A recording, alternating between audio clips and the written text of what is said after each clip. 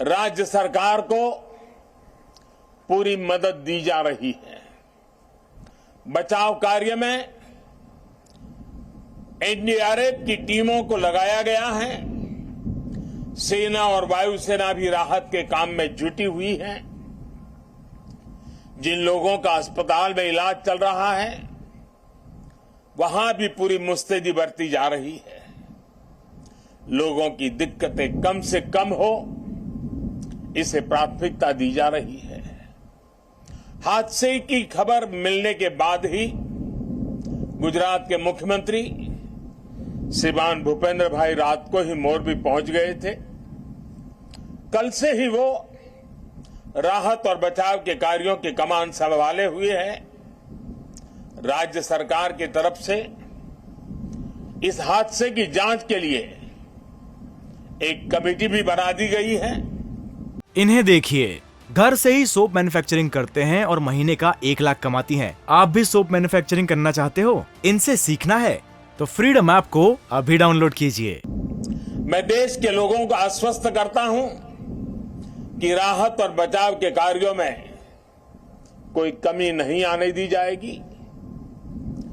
आज राष्ट्रीय एकता दिवस का ये अवसर भी हमें एकजुट होकर इस मुश्किल घड़ी का सामना करने, कर्तव्य पथ पर बने रहने की प्रेरणा दे रहा है। कठिन से कठिन परिस्थितियों में सरदार पटेल का धैर्य, उनकी तत्परता से सीख लेते हुए हम काम करते रहें, आगे भी करते रहें। साथियों, वर्ष 2022 में राष्ट्रीय एकता दिवस का बहुत विशेष अवसर के रूप में मैं इसे देख रहा हूं। ये वो वर्ष है जब हमने अपनी आजादी के 75 वर्ष पूरे किए हैं।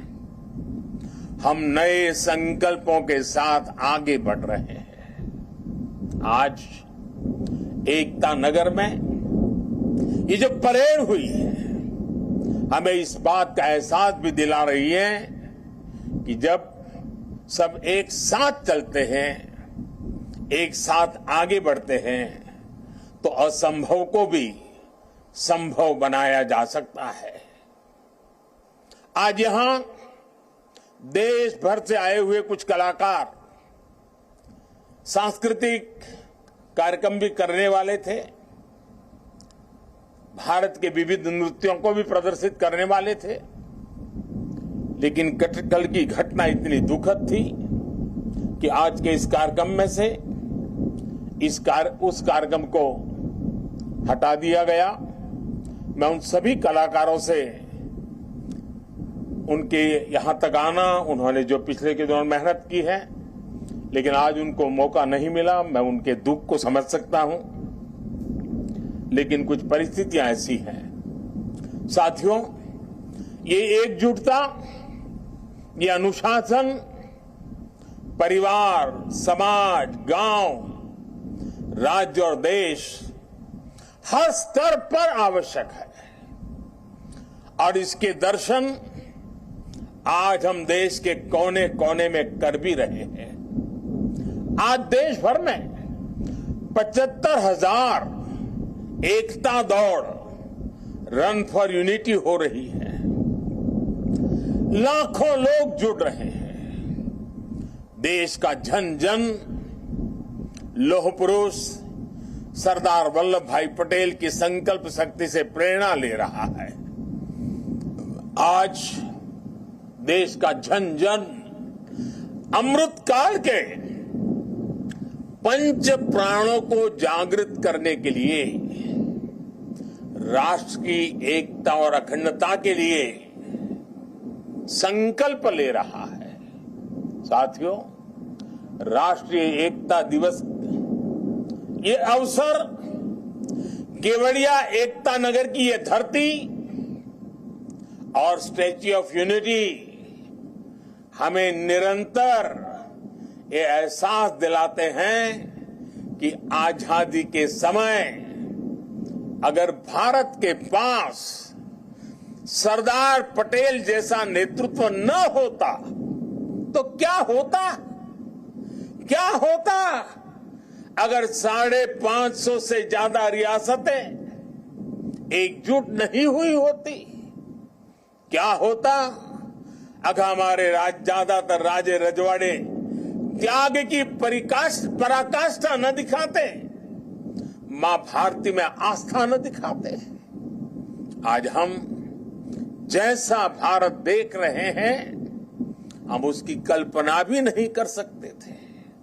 एक कठिन कार्य, ये असंभव कार्य सिर्फ और सिर्फ सरदार पटेल ने ही सिद्ध किया। साथियों, सरदार साहब की जन्म जयंती और राष्ट्रीय एकता दिवस ये हमारे लिए केवल तारीख भर नहीं है, ये भारत के सांस्कृतिक सामर्थ्य का एक महापर्व भी है। भारत के लिए एकता कभी भी विवशता नहीं रही है। भारत के लिए एकता सदा सर्वदा विशेषता रही है। एकता हमारी विशिष्टता रही है। एकता की भावना भारत के मानस में, हमारे अंतर्मन में कितनी रची बसी है, हमें अपनी इस खूबी का अक्सर एहसास नहीं होता है। कभी कभी ओझल हो जाती है, लेकिन आप देखिए, जब भी देश पर कोई प्राकृतिक आपदा आती है तो पूरा देश एक साथ खड़ा हो जाता है।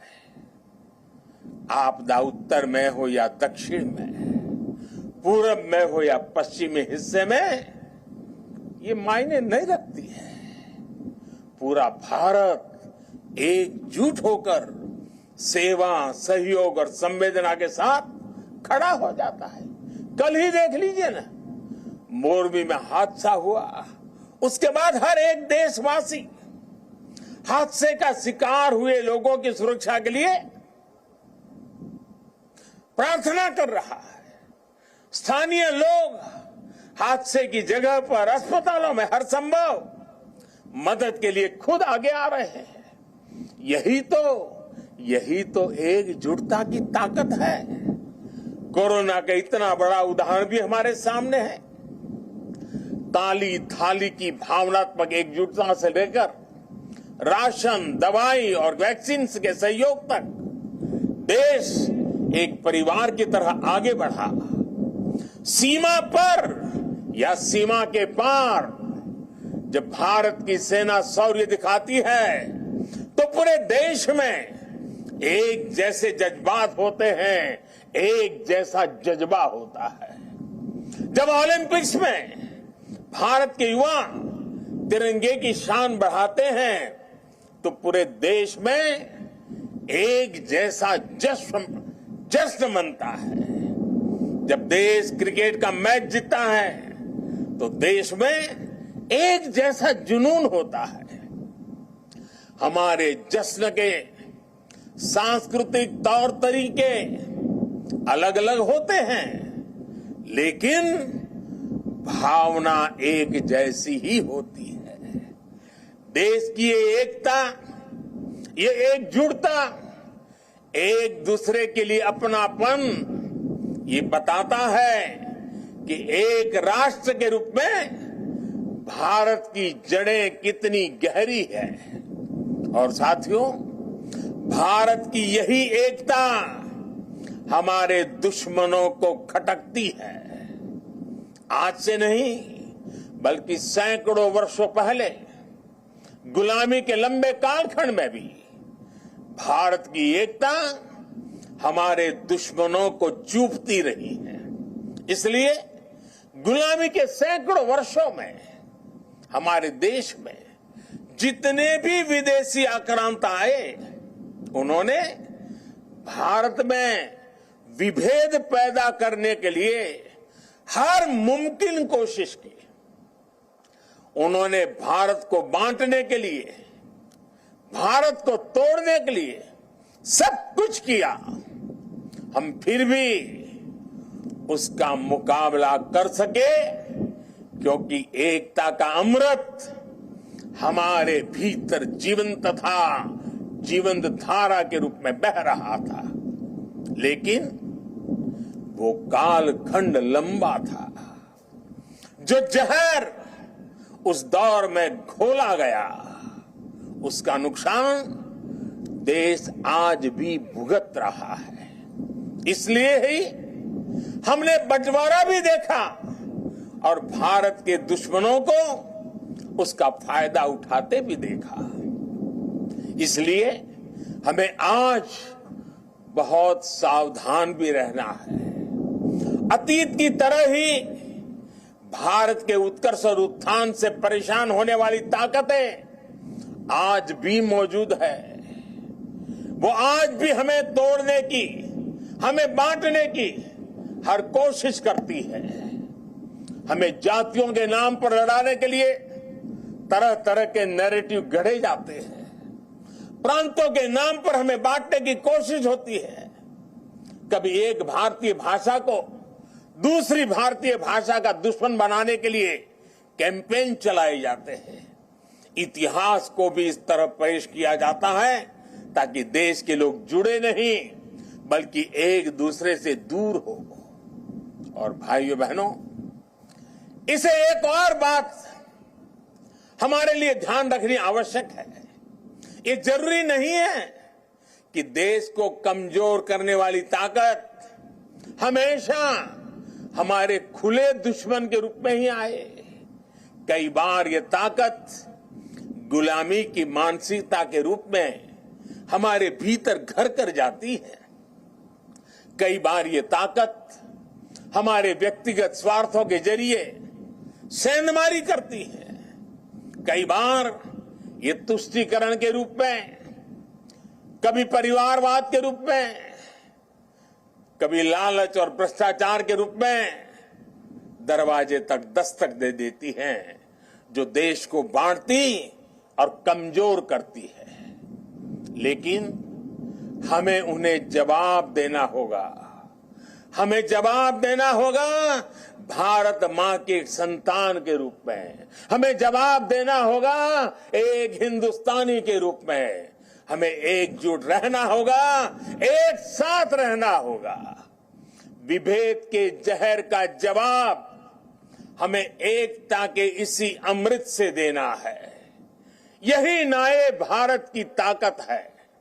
साथियों, आज राष्ट्रीय एकता दिवस पर मैं सरदार साहब द्वारा हमें सौंपे दायित्व को फिर दोहराना चाहता हूं। उन्होंने हमें ये जिम्मेदारी भी दी थी कि हम देश की एकता को मजबूत करें। एक राष्ट्र के तौर पर देश को मजबूत करें। ये एकता तब मजबूत होगी जब हर नागरिक एक जैसे कर्तव्य बोध से ये जिम्मेदारी संभालेगा। आज देश इसी कर्तव्य बोध से सबका साथ, सबका विकास, सबका विश्वास और सबका प्रयास, इस मंत्र को लेकर विकास के मार्ग पर आगे बढ़ रहा है। आज देश में हर कोने में, हर गांव में, हर वर्ग के लिए और हर व्यक्ति के लिए बिना भेदभाव के एक जैसी नीतियां पहुंच रही है। आज अगर गुजरात के सूरत में सामान्य मानवी को मुफ्त वैक्सीन लग रही है, तो अरुणाचल के सियांग में भी उतनी ही आसानी से मुफ्त वैक्सीन उपलब्ध है। आज अगर एम्स गोरखपुर में है, तो बिलासपुर, दरभंगा और गुवाहाटी और राजकोट समेत देश के दूसरे शहरों में भी है।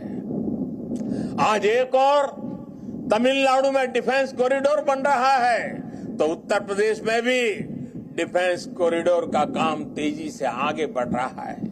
आज नॉर्थ ईस्ट की किसी रसोई में खाना बन रहा हो या तमिलनाडु की किसी सम्मियल अरई में खाना बन रहा हो, भाषा भले अलग हो, भोजन भले अलग हो, लेकिन माताओं बहनों को धुएं से मुक्ति दिलाने वाला उज्ज्वला सिलेंडर हर जगह है।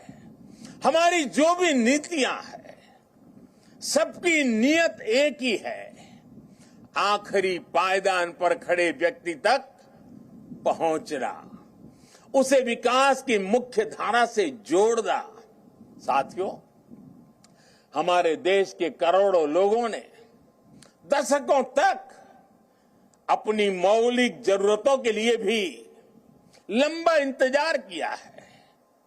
बुनियादी सुविधाओं के बीच की खाई जितनी कम होगी, इन्हें देखिए, घर से ही सोप मैन्युफैक्चरिंग करते हैं और महीने का 1 लाख कमाती हैं। आप भी सोप मैन्युफैक्चरिंग करना चाहते हो? इनसे सीखना है तो फ्रीडम ऐप को अभी डाउनलोड कीजिए।